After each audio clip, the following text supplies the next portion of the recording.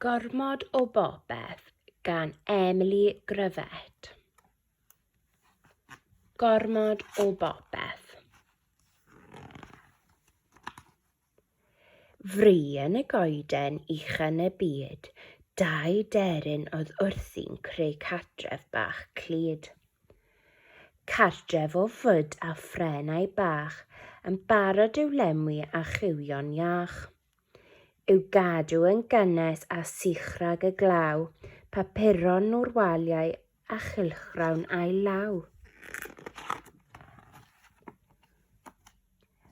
Mewn tywydd arbennig ar drothwy'r haf, dyma nhw'n dodwy 4 wy braf. Ond gwag a moel oedd tu fewn y nyth, roedd angen cael gafael ar bethau yn syth. Arhosodd un gyda'r wyau hardd, i'r llall gael mynd o ardd i ardd, a chasglu pethau o'r shed a'r stryd, fel mae nhw oedd ar nyth fach orau i gyd.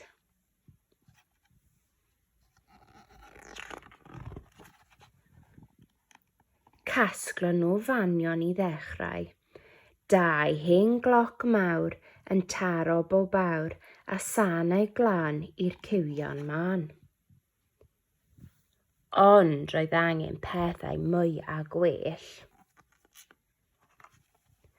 Roedd angen chwilio'r hir a phell, fe gawson nhw ryw dedi be, wrth fi'n yn llawn o sbwriel bler. Mae'n iawn, medden nhw, ond rydyn ni eisiau'r gorau, mae'n wyau bach ni'n heiddi trysorau. Fe dynon nhw bram o ganol rhyw lyn a res o leidau gwyn.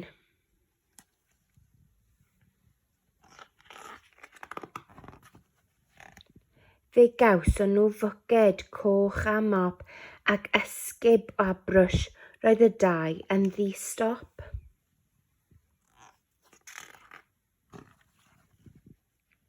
Mwyn i'r cywio'n bach gael tro i reidio breics ar hyd y fro. Fe gasglwyd rai yn bentwr bler o waelod y nyth reit at y sêr. Ond roedd yr ader eisiau gwell, felly beth am gar mwyn gyrru'n bell. Fe gawsant fodurr newydd da a'i barcio'n daclus, ond...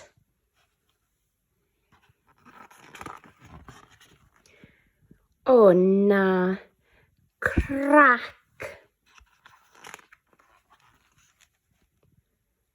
Syrthiodd y beic pob un yn ei dro a dilynodd y pethau eraill o do. Daeth car a mop a brwsh ym mhen dim, yn gyflym drwy'r awyr yn wyllt a chwym. Y bwcet a'r goleuadau bach a blymiodd i lawr gyda sŵn a strach, ac yna o'r awyr daeth twrw mawr, fe ddaeth y pram gan fwrw'r llawr.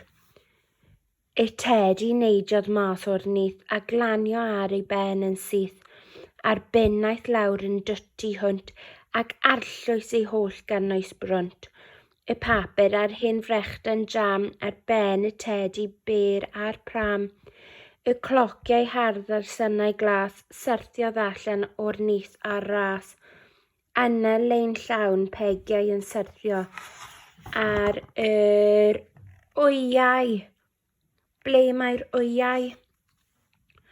Oedodd yr adar a syllu o'n gwmpas ar lanast ei bywyd gan deimlo'n ddiflas. Meddai'r 2, dyma lwyth o bethau yn addas, llond cartref o bethau dwl a dibwrpas.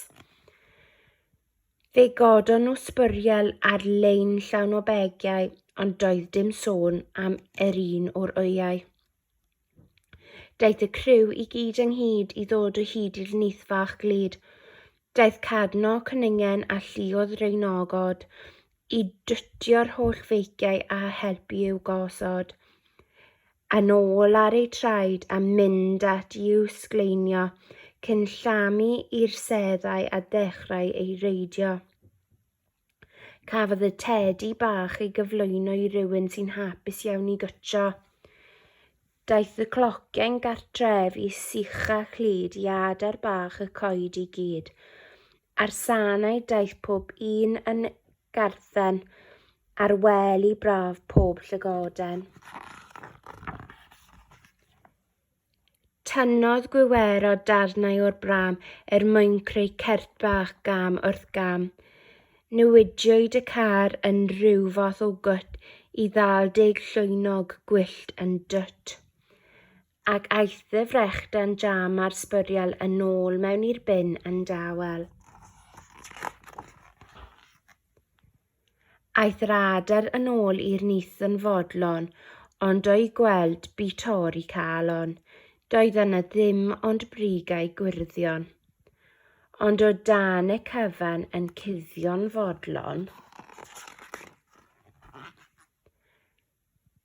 roedd nithau annwyl pert o gywion.